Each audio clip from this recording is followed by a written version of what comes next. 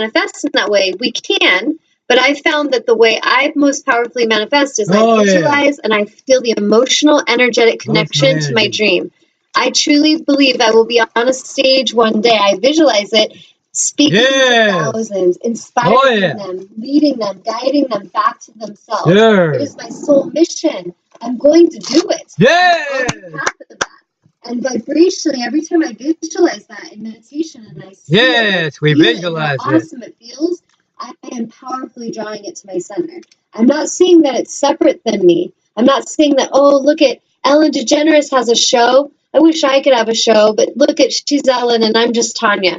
This would be how a lot of us do it. We see that thing as very far away, and is it even possible for me? Am I even worthy? It's not about that. It is about your alignment, your vibrational alignment with that possibility, and you're feeling that emotional connection to it.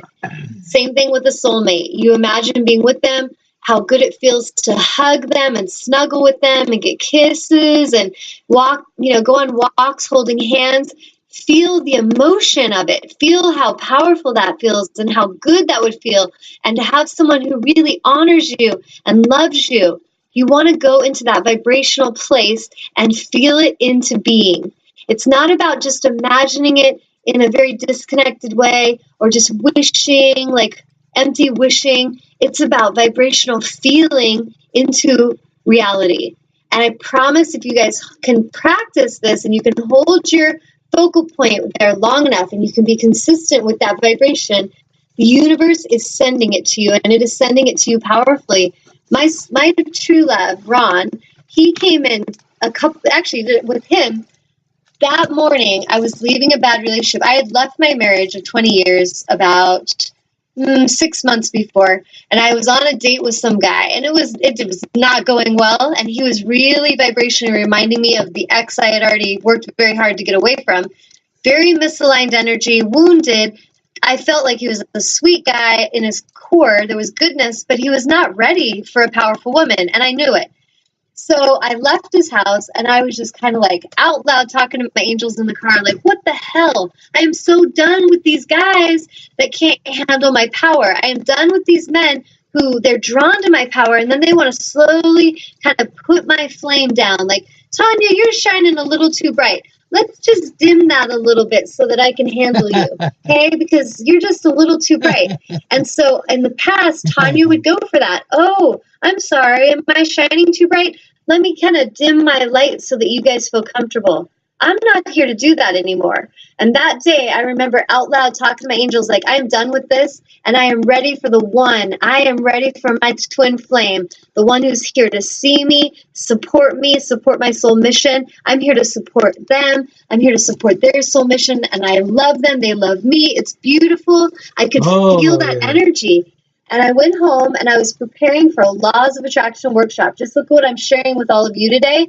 And I am not joking you. That night, I was teaching a workshop. The very night of that calling it forth, I was calling it in.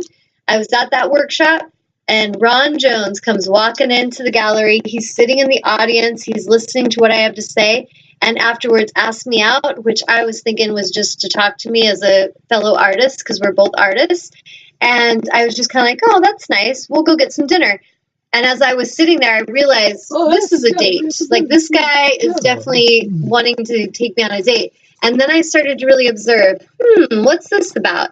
That night, as he was telling me a story, he opens up to me and says, you know what, Tanya? I feel like for the first time, I really see you. And then I was like, oh, crap. Like, here we go. And the rest is history. We have been together ever since. He asked me to marry him 9 days later. This was a woman who said I would never get married again. And so it's funny, we will promise these things like, I will never go through that. And what I really wanted was I never wanted to be hurt, and I never wanted to be enslaved or controlled again. I never wanted a man to feel he owned me and could take my power. And I learned a lot from that marriage. I learned a lot from that part of my life. I have learned a lot from those who've enslaved me. And I send them the greatest honor because they woke this warrior up. And thank you. Because I am doing my soul mission now, and you were a great part of that mission. You're a great part of what put me where I am today. So if we all can look at these things, we can see that it doesn't have to take long time to manifest something. I manifested my twin flame in less than 24 hours. He showed up. Now, I'm not going to say it's all going to happen that fast, but what is amazing is the more you focus on that alignment, you don't worry about the details and you thank Spirit for working all the details out. You just sit back and you listen and feel the awareness of your next aligned action. If you feel an inspiration to go and sign up for that workshop, you do it. If you feel an inspiration to go check in on how much houses are to rent for your healing retreat, you do it, which I just was doing. And you want to honor that. So if I sit back and I'm like, I want to lead healing retreats, that would be so much fun, but I'm afraid to take action because what if it doesn't work out? What if no one comes? All the fear stuff that a lot of us do, it is normal to have fear. It is normal to feel worried and nervous about a new dream because it's new. You've never gone there before. But what I encourage you to do is honor that feeling and then go into your meditation and feel that alignment with doing that thing that you want to do. Feel it so strongly that when you come out of that meditation, when you get an intuition to go take action, go do it right away. Go and just call and ask questions about houses for rent. That's what I do. And you feel amazing. Every time you do that, you feel more and more empowered and you feel more and more capable, and you'll realize how powerful you really all are. And we can manifest anything. I promise you that. It is not, there are no limitations here. No limitations. So I'm going to pause. Is there anybody got any feedback or questions, comments, stories? No questions. Leslie added, she said, I did not feel this way all my life. She was saying that she knows she was worthy. Yes. And then did she often feel unworthy? I don't know, Leslie, you can answer this. And then Jeff, let us know. Jeff is commenting on this. Don't allow anybody to take this feeling away from you. Indeed. And I just, thank you, Jeff. I said that I agree with Jeff, but I don't think that she will ever let anybody take it away. Yes. And what he's saying, it's like for all of you, don't allow anyone to take your power. Do not give it to anyone. I'm not joking. Right. We have all been so taught to submit power. It's like so almost normal in society to do this. It is not aligned. And the more we do it every little day, every single day, we each get tested with this in our own way. So Amnon may get tested in his own way. Tomorrow, something may come in to challenge him choosing his own power. I can get tested with it today. Leslie could get tested with it. Jeff gets tested with it. All of us will. But I promise you that as you stand firmly in your power, you do not have to apologize or submit to anyone who thinks that they need to take your power or control you, to control your freedom, your expression, your creativity. No, stop giving it away. No one can take your power unless you give it to them. I've learned this, and I had to really honor and forgive myself for things in my life when I realized in my woundedness, in my own coma, I was like a sleepwalker, and I was taught to go into a coma because very early in life, hey, we don't really like that shine. Let's dim that a little. And that happened a lot until finally you start conforming to the system. You conform to becoming numb and robotic and doing what they think you should do and not even question what you feel is truthful or what is in alignment.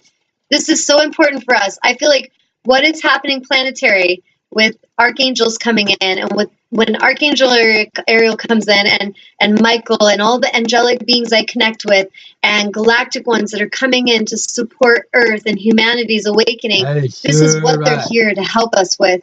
Humanity has been enslaved for a long time. We have bought into the system. We've been a part of the system. We've enabled the system. And in order to dismantle it, we each have to take our power back. We each have to stop participating in misalignment. We have to stop catering and cowering and bowing down to those who are out of alignment. And you don't really need to be taught about how to know it. You feel it. In a second, you can feel someone trying to take your power, someone trying to take your voice, someone trying to shame you into submission. You know it. You feel it. And it's important that we start to wake up to how that feels so that we claim that power back. This is how we're going to be the most powerful creators. Every one of you listening are powerful creators. You do not have to go to someone's workshop and get the answers from them. You don't have to go to a psychic. You don't have to go to your priest. You don't have to go to anyone to ask them for your guidance and your answers. You need to get quiet and you need to get internally connected, connecting yourself to source. When we give our power away, the metaphor I get is when someone gives their power away, and a lot of times when we're in rescue mode, we want to go help people. We're like, oh, I really like this guy, but he doesn't really treat me with respect, but he seems like such a nice guy, and I really want to help him. So I'm going to take off my oxygen mask, and I'm going to give it to him because I care about him. Well, I start to suffocate. Well, I start to lose my alignment, and he just takes off with my oxygen mask. And we have to stop this. This is not self-love. This is not empowered love. We have to keep that oxygen mask on at all times, keep in our alignment. And what we're here to do is not rescue and give our mask away. We're here to shine the light on others and say, hey, you need to hook up your mask, man. You need to get it back on. And so that is what humanity is needing right now. We're each needing to be redirected to get our own connection with our own source. We need to get our mask hooked back on. We need to get our alignment back. If that means you go on walks in nature, which I highly encourage every day to have nature time, if that helps you connect, you do it and you honor that and you go and you listen. And when you know what to say, you say it. If it's for you just being quiet in meditation, you do that. And there's times when we're in meditation just to be quiet and be receptive and listen so that then we know what aligned action to take. Practice that. Practice being good listeners. The gifts and the magic I have are truly from being a great listener. I am an amazing listener, and that's about it. That's really the power. What I do with that listening helps so many, and it helps myself as well. So it's not about thinking you got to go and become a magician and you got to learn all these tricks.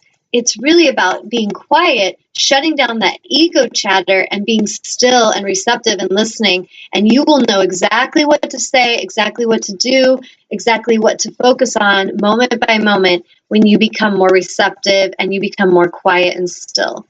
So any other information or feedback, guys? Yeah, Leslie is saying to your question, says there are always people who try to make you feel worthless. And yes, I did feel this way, but it is behind me now. Awesome. I'm so glad. And that the fact it's behind you means that you powerfully created that experience and you released that. And that I give you honor for that, because that takes a lot of courage to walk in new directions and not participate in that belief any longer. It takes a lot of strength. So good job, Leslie. So I was going to ask you. So somebody who's listening now or later and feels kind of maybe worthless or maybe not as worthy. What are little things that they can do right away to get them on the way to feel worthy? To get their mask back on? Yeah. Well, basically, I would say the first thing you need to do is you need to start being still and you need to go into meditation and you need to feel what you need to feel. Because a lot of times when there's all this emotional stuff that we've pushed down, we become numb. And that's very common. We become so numb, it's like we don't want to feel anything. And it takes a lot of courage to do this, but it's worth it because stuff that you need to feel, it's old stuff. It's already done. The energies of the past, but these energies need to be addressed. They need to be felt. They need to be honored so that you can learn from them and then you can release it and you can move forward. You can move higher in vibration. I kind of refer to it as if I want to fly, if I want to go higher in vibration and I want to fly, but I have a big old backpack of bricks on my back of all the heaviness of my past that I'm dragging around every day. Energetically, this is going to be quite exhausting. And it's going to pretty much be impossible for me to fly. I'm going to try, but it's like dragging me down. So the first thing that we need to do, if you just visualize the backpack, is what? We need to figure out what the heck that backpack is, and we need to shake